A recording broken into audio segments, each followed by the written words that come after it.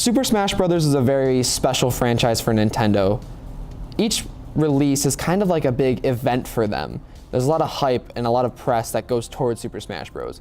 And one of the things that communities always look out for, especially within this, is keeping familiar things around. One of these special familiar things that's a part of Smash Bros. Has been around since Melee's release back in 2001.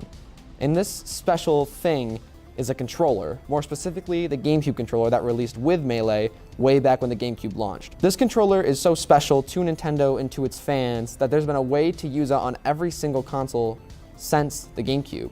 You've been able to plug it right into your Wii, and you can buy an adapter for the Wii U for Super Smash Bros. For Wii U, and an adapter for your Switch for Super Smash Bros. Ultimate. However, if you're buying a new controller and a new adapter, the controller itself is $30 and the adapter is $20. So right then and there, you're paying $50 just for the controller itself. A lot of options have popped up, especially since Ultimate's release, to be able to use a lot of different controllers from different companies. Companies like PowerA and PDP have been working to make more affordable, easier ways to play with a GameCube-style controller while still having all the features available to you as much as you can at the cheapest price point possible. I think I might have found the best solution to this cheaper GameCube controller problem. This is the PDP Wired Fight Pad Pro. One of the things I noticed when I started using this controller is how much larger it is than the standard GameCube controller mold. This controller is a bit bulkier around the handles and the back than the standard controller is, and a lot of other GameCube controller replicas that are out on the market right now. This could be good for people with larger hands, but could be a problem for small children with smaller hands. This controller is also missing some premium features that other standard controllers have nowadays. First of all, there's no rumble at all, which for Smash Bros. Is okay. There's not many problems there. But if you're trying to play another game with this controller, you could have a problem. There's also no NFC in this controller, which means you won't be able to scan in any amiibo whatsoever. This could be a downside, but I don't see that many people going around trying to scan their amiibos into every controller they use anyway. And if you have a Nintendo Switch, you already have a right Joy-Con, which has the ability to scan an amiibo, so I don't think you have anything to worry about there. The last thing about this controller that could be seen as a downside or an upside is the fact that it's wired.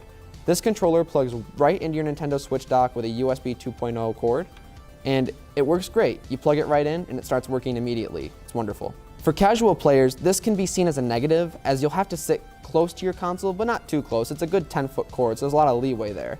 But the fact that it's wired could be a downside because it doesn't have, for the portability of it, it's a lot easier for it to get tangled up with other wired devices and things like that. But for more serious or competitive players, this can be seen as a positive, as with a wire, there's little to no latency whatsoever. Some problems were reported about this controller on the Amazon page when having it plugged into your dock along with a Nintendo GameCube adapter. Reportedly, the right stick can act like the left stick, which obviously makes the controller kind of unusable. However, I tried replicating the same problem a couple times and I could not get it to happen, so I'm not sure if that was a one-time problem or if that's going to be a problem overall. Another thing I noticed about this controller that other people might not is the fact that the button time on the face buttons up here is a little bit longer. There's a bit more resistance here than the standard GameCube controller or even normal controllers like the Pro controller. There's a bit more you have to press down, a bit more resistance to each button press, which during gameplay you might not even notice. Overall, it's not really that big of a deal. I just thought I'd mention it. One thing I really like about this controller, specifically against the normal GameCube controller, is how the triggers are handled. These controllers are known as digital triggers as opposed to analog triggers. When you press these down, they immediately press down, the input goes right through. You don't have to press it down far, you don't have to press it down fast or hard, it just goes immediately in, as opposed to the normal GameCube controller, which has a really long travel time analog press for each shoulder button. The analog sticks are also a bit larger, and this could be seen as a positive or a negative. Honestly, I think it's okay. It still keeps the ridges around the right and left stick, so everything seems pretty familiar here. There's just a bit larger, bit more room for the sticks to rotate on each side. The best part about this controller is the price point. This controller goes for about $20 to $25 at most major retailers, so it's a very, very good price. There's also no need for a GameCube controller adapter. This controller plugs right into your dock with a USB cord. One of the biggest features about this controller is that you can actually swap out the analog sticks. You can swap out both the left and right stick, but the left stick, honestly, I'm not sure why you want to swap that out. It's perfect the way it is. But if you want to change the left stick out, you can. It ships in the box with this standard GameCube controller analog for the right stick, which I prefer. I like this a lot better. But if you want to, you can take this off and put the normal C-stick back in. So you can use it just like this, and it feels a bit more like a normal GameCube controller. However, there's a bit of a ledge on the C-stick that I really don't like, and it feels a bit uncomfortable to use, and your thumb can get a little bit caught on it, so I prefer not to use it. As you can see, this controller doesn't look normal. It's a bright, vibrant blue, and it has a Hylian shield right in the middle of it. This is because this is the Link Breath of the Wild controller. This controller actually doesn't come in any kind of normal coloring.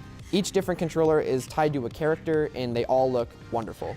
There's a Mario red one, a Luigi green one, a pink Princess Peach one, a white, orange, and green Yoshi one, and a blue and red Sonic one. So you have a lot of choices to choose from if you don't like one in particular. One of the best things about this controller is that it's a modernized GameCube controller. So now, instead of having 3 shoulder buttons, you have all 4, right, left, ZR, and ZL. So it's perfect for that. Along with the face buttons, you get plus, minus, share, and home button. So you have all the features of a standard Pro controller. In fact, your Switch will actually read this as a Pro controller. So you're not missing out on anything there.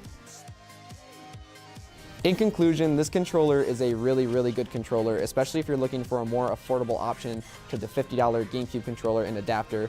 For just $20, you're getting all the features of a Pro controller, minus little minute ones like rumble and NFC, but you can use that in any other controller.